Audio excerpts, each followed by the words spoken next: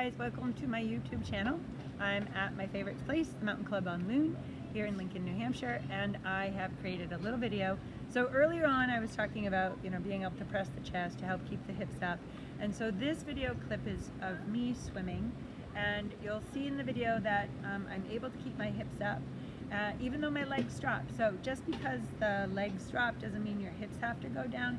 So being able to separate the two, that you can keep your head spine alignment, so from your tailbone to the top of your head, can be in a nice horizontal position in the water, even though your legs may sink. So if you feel like, I don't swim, I'm a sinker, or I feel like my legs are always sinking, first start with getting this posture of your head to your tailbone, getting that in that horizontal position. And remember an earlier video when I was talking about the yoga poses, the cat and the cow, to feel that spinal extension and spinal flexion, and how to play with that when you're in the water.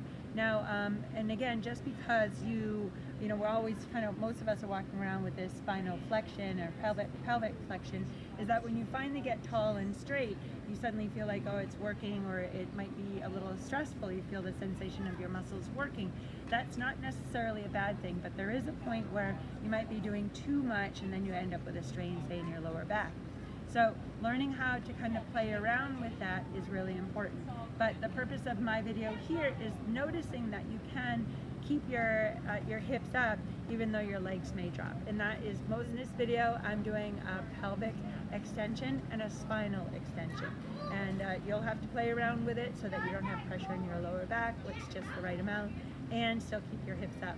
And it's also important to let your head hang down. Now, if you do lift your head and look forward, you can actually press more in on your chest to help keep your hips up and keep that alignment.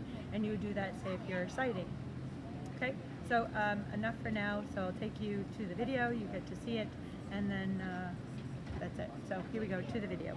Thank you. Okay, in this video I'm working on maintaining a spinal and pelvic extension, and even though the legs are dropping down, it doesn't necessarily mean that my hips are down. And my legs being down like that, they're creating some drag, and I can feel that as I swim.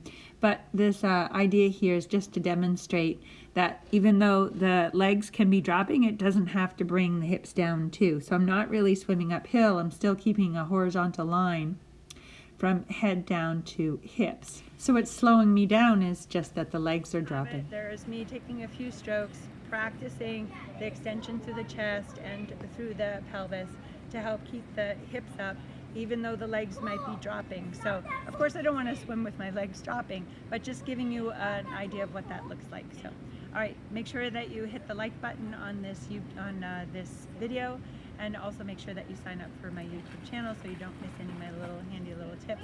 Go to my website, TriathlonSkills.com, check out any workshops and clinics that I have, and then I also have my book, The Truth Inside, if you'd like to learn a little bit more about me and some of my philosophies.